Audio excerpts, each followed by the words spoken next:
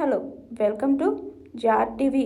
Kakinada port నుంచి అక్రమ రవాణాపై ప్రధాని మోదీకి లేఖ సిద్ధం చేయండి అన్న పవన్ కళ్యాణ్. కాకినాడ పోర్ట్ నుంచి బియ్యం అక్రమ రవాణా జరుగుతుందని కూటమి నేతలు గత ప్రభుత్వ హయాం నుంచి తీవ్ర ఆరోపణలు చేస్తున్నారు.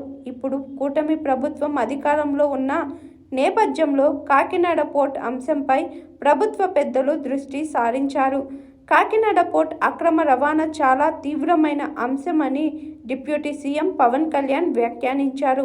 కాకినాడ పోర్ట్ నుంచి జరుగుతున్న అక్రమ రవాణా కార్యకలాపాలపై ప్రధాని మోదీకి, రాష్ట్ర హోంమంత్రి అనితకు, దర్యాప్తు సంస్థకు లేఖలు సిద్ధం చేయాలని తన వ్యక్తిగత కార్యదర్శిని ఆదేశించారు.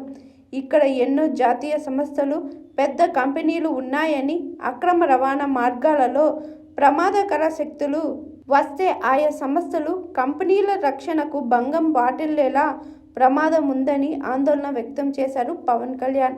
ఇది తీవ్రంగా పరిగణించాల్సిన అంశమని, తీర ప్రాంతంలో అక్రమ రవాణా విషయంలో అధికార యంత్రాంగం వైఫల్యం చెందితే అది దేశ భద్రతకే భంగం కలిగిస్తుందని వివరించారు. అక్రమ రవాణా చేస్తున్న బోట్లు ఓనర్లు, అక్రమ రవాణాకు పాల్పడుతున్న వ్యక్తులు, దీని వెనుకున్న వ్యక్తులపై కేసులు నమోదు చేయాలని, ఈ మొత్తం వ్యవహారం వెనుకున్న కింగ్ పిన్లను గుర్తించాలని పవన్ కళ్యాణ్ స్పష్టం చేశారు. పోర్టు నుంచి బియ్యం అక్రమ రవాణా జరుగుతున్నప్పుడు భవిష్యత్తులో పేలుడు పదార్థాలు అక్రమ రవాణా జరగవని గ్యారంటీ ఏంటి? ఈ అక్రమ మార్గాలలో కసబ్ వంటి ఉగ్రవాదులు వచ్చే ప్రమాదం ఉందా? దీనిపై జిల్లా ఎస్పీ వెంటనే స్పందించాలని పవన్ పేర్కొన్నారు. నేను తనిఖీకి వచ్చే సమయంలో ఎస్పీ సెలవుపై వెళ్లడం అనుమానం కలిగిస్తుందని పవన్ కళ్యాణ్ అన్నారు. పవన్ కళ్యాణ్ నేడు కాకినాడ పోర్టును తనిఖీ చేశారు. ఇక్కడి నుంచి బియ్యం అక్రమ రవాణా జరుగుతుందని ఎప్పటి నుంచే పవన్ ఆరోపిస్తున్నారు. ఇవాళ ఆయన పోర్టుకు వచ్చి స్వయంగా తనిఖీ చేశారు. ఈ సందర్భంగా ఆసక్తికర వ్యాఖ్యలు చేశారు. తాను కాకినాడ పోర్టు పరిశీలనకు వచ్చే సమయంలోనే జిల్లా ఎస్పీ సెలవుపై వెళ్లడం అనుమానాలకు తావిస్తుందని అన్నారు. ఎంతో కీలకమైన తనిఖీ సందర్భంగా ఎస్పీ ఎందుకు ఇక్కడ లేరని పవన్ కళ్యాణ్ ప్రశ్నించారు.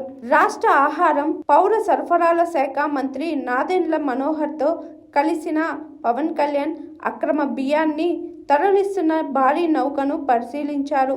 అనంతరం ఆయన మాట్లాడుతూ, కాకినాడ పోర్ట్ నుంచి బియ్యం అక్రమ రవాణా జరుగుతున్న విషయాన్ని తాము ఎన్నికల ప్రచారం సమయంలోనే చెప్పామని, తాము చెప్పినట్లుగా ఇక్కడ బియ్యం అక్రమ రవాణా జరుగుతున్న విషయం ఇవాల్టి పరిశీలనలో నిజమైందని తెలిసిందని పవన్ వెల్లడించారు. 1000 టన్నుల బియ్యం పట్టుకోవడం జరిగిందని తెలిపారు. Hi, this is Swathi. Like చేయండి, షేర్ చేయండి, కమెంట్ చేయండి అండ్ సబ్స్క్రైబ్ చేయండి GR TV. Hi, this is Monica. Please like, share and subscribe GR TV.